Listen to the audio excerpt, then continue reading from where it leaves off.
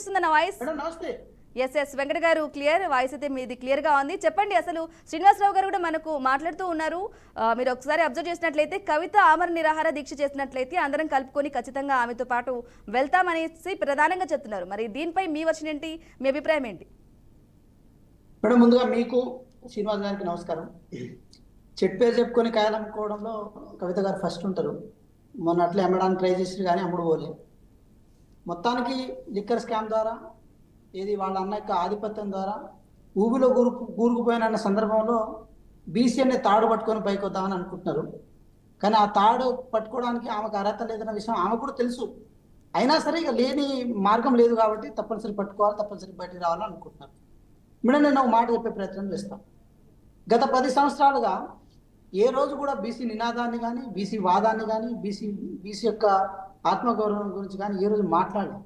వాళ్ళ నాన్నగారు, వాళ్ళ అన్నగారు, వాళ్ళ బావగారు వాళ్ళందరూ కలిసి తెలంగాణ రాష్ట్రంలో ఉన్న బీసీలను కేవలం ఓటర్లుగా, కార్యకర్తలుగా, అనుచరులుగా మాత్రమే చూసారు కానీ వాళ్ళని నాయకులుగా తయారు చేసే ప్రయత్నం చేయలేదు.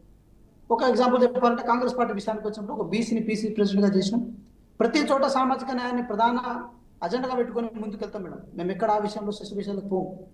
అయితే ఇప్పుడు వాళ్ళ విషయానికి వచ్చినప్పుడు అధ్యక్షులుగా కేసీఆర్ గారు ఉన్న తర్వాత వర్కింగ్ ప్రెసిడెంట్లుగా కేటీఆర్ గారిని ఉంచాల్సిన అవసరం ఏంటని ఇంకొక బీసీనో, ఒక ఎస్టీనో ఇచ్చేస్తే అయిపోయింది కదా.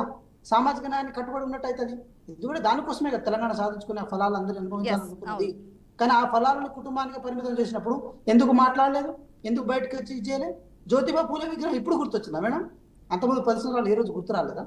10 సంవత్సరాల రోజు బీసీల ఆత్మగౌరవం గురించి కానీ, బీసీల యొక్క అంశాల గురించి కానీ ఏ రోజు ఎందుకు మాట్లాడలేదు?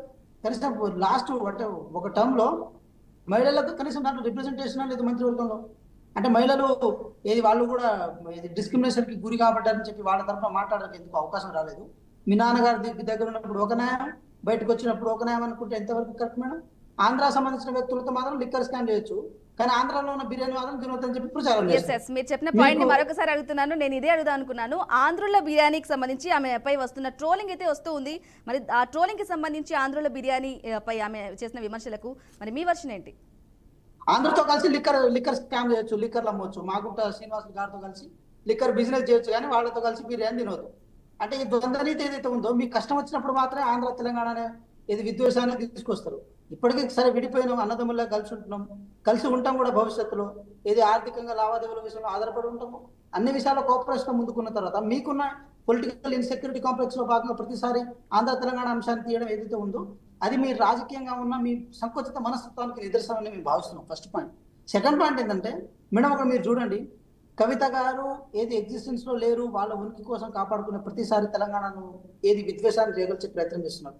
అది బీసీ నినాద రూపంలో కానీ, లేకపోతే తెలంగాణ ఆంధ్ర అంశాల విషయంలో కానీ ఆ నినాదాన్ని కనుక తీసుకొస్తే మాత్రం 100% మేము లైమ్ లైట్ లో ఉంటారని అనుకుంటారేమో. కానీ ఒక్క మాట అయితే అర్థం చేసుకోవాలి, కవిత గారికి కవిత అనే పేరు కంటే లిక్కర్, నేను డైరెక్ట్గా చెప్పేస్తున్నాయి కదా, దాచడానికి ఏమి, కానీ లిక్కర్ అనే పేరు మాత్రం ఈ దేశవ్యాప్తంగా మారిపోయింది మేడం. ఆ కాలు ఏం కాలు మేడం?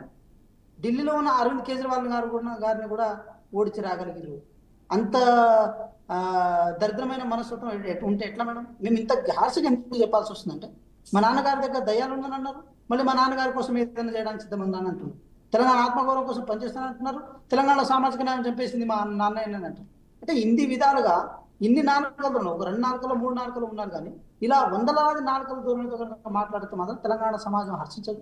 తెలంగాణ సమాజం పట్ల, తెలంగాణ ప్రజల పట్ల తన వ్యవహార శైలి మంచిది కాదని మేము అంటున్నాం. ఎందుకంటే ఉద్యమాల ద్వారా, పోరాటాల ద్వారా రాజకీయం చేద్దాం అనుకున్నప్పుడు ఒక మాట స్పష్టం చేస్తుంటే కవిత గారు, సామాజిక న్యాయం తెలంగాణ అమలు కాలేదు, సరైన ఫలాలు తెలంగాణ ప్రజలకు అందలేదన్నారు. మరి 10 సంవత్సరాలుగా మీ నాన్నగారు ఉండే, మరి మీ నాన్నగారు ఏది ఆయన ఆధ్వర్యంలోనే సామాజిక న్యాయం తుంగలో తొక్కబెట్టదని చెప్పి మీరే బహిర్గతంగా చెప్తే అయిపోయింది కదా. సో ఇన్ని ద్వంద్వ వైఖరి ఉండాల్సిన అవసరం ఏంది? ఇంత రాజకీయంగా దిగజారాల్సిన అవసరం లేదు. ఒక మహిళగా వారి పట్ల గౌరవం ఉన్నప్పటికీ కూడా ఒక రాజకీయ నాయకులు రాలుగా వారి పట్ల ఈ తెలంగాణ రాష్ట్రంలో ఉన్న యువకులకు కానీ, లేకపోతే ప్రజలకు కానీ ఒక ప్రాపర్ గౌరవం లేదని మేము అంటాం. మేము ఒకటే అంటున్నాం, మీ నాన్నగారి చుట్టూ దయ్యాలు ఉన్నాయి అనుకున్నప్పుడు ఆ దయ్యాలు తెలంగాణ రాష్ట్రాన్ని కూడా పీడిస్తున్నాయి అనుకున్నప్పుడు ఆ దయ్యాల పేర్లను బయట పెట్టుకుంటే మీకున్న చిత్తశుద్ధి బయటపడేది. ఆ చిత్తశుద్ధిని ఎందుకు నిరూపించుకోలేదు మీరు? కాబట్టి ఒకటే, జ్యోతిబా పూలే ఆశయ సాధకులు మీ పార్టీలోనే బీసీల రూపంలో చాలా మంది ఉంటారు, ఎస్సీల రూపంలో చాలా మంది ఉంటారు. వాళ్ళని ఉత్తేజం చేయండి, వాళ్ళ నాయకత్వంలో మీరు పనిచేయండి. వాళ్ళని ముందుకెళ్లే విషయంలో మీరు ఆర్థికంగా, దాంతోపాటు రాజకీయంగా, సామాజికంగా అన్ని రకాల ఒక రిసోర్స్ మేనేజ్మెంట్ మీరు చేసి వాళ్ళని ముందు నడిపేయండి. మీరు అంటే స్టీరింగ్ వాళ్ళ చేతిలోకి ఇచ్చి మీరు బస్సు నడిపించే ప్రయత్నం చేయండి, అప్పుడు హర్షిస్తాం. అంతేగాని నేను గర్వం పెట్టాను కానీ నేను బీసీ నినాదం పెట్టుకుంటా అంటే ఇది హాస్యాస్పదంగా ఉంటుంది మేడం, వినడానికి కూడా మంచిగా ఉండదు. ఇది సుదర్శన చక్రం రావణసుడి చేతిలో ఉన్నట్టు ఉంటుంది మేడం, దానికి అర్థం పర్థం లేకుండా ఉంటుంది. కాబట్టి తెలంగాణ సమాజం గ్రహించాలి. ఓకే ఓకే రైట్ వెంకట్ గారు. ఇక అలాగే శ్రీనివాసరావు గారు, అలాగే ఇక ఫైనల్గా చెప్పండి, చివరగా ఒకటే అడుగుతున్నాను ఏంటంటే బీసీ సామాజిక వర్గంలో చాలా మంది అసంతృప్తిగా ఉన్నారు, సామాజిక వర్గంలో పెరిగిపోతున్నారు అసంతృప్తి వాళ్ళందరూ. సో వాళ్ళందరినీ ఎలా ఎదుర్కొంటారంటారు? ఇప్పుడు సామాజిక న్యాయం తెలంగాణ వచ్చినాక జరగలేదన్న విషయం చాలా స్పష్టంగా ఇప్పుడు బ్రదర్ కూడా చెప్పారు. అప్పుడు బీఆర్ఎస్లో కానీ ఇప్పుడు కాంగ్రెస్లో కూడా మేము ప్రయత్నం చేస్తున్నాం అందరికని చెప్పేసి బ్రదర్ చెబుతున్నారు. అయితే గతంలో కూడా అనేక రకాలుగా బీసీలకి అన్ని స్థాయిల్లో కూడా అన్యాయం జరిగింది అనేది చాలా మనం స్పష్టంగా చెప్పుకోవచ్చు.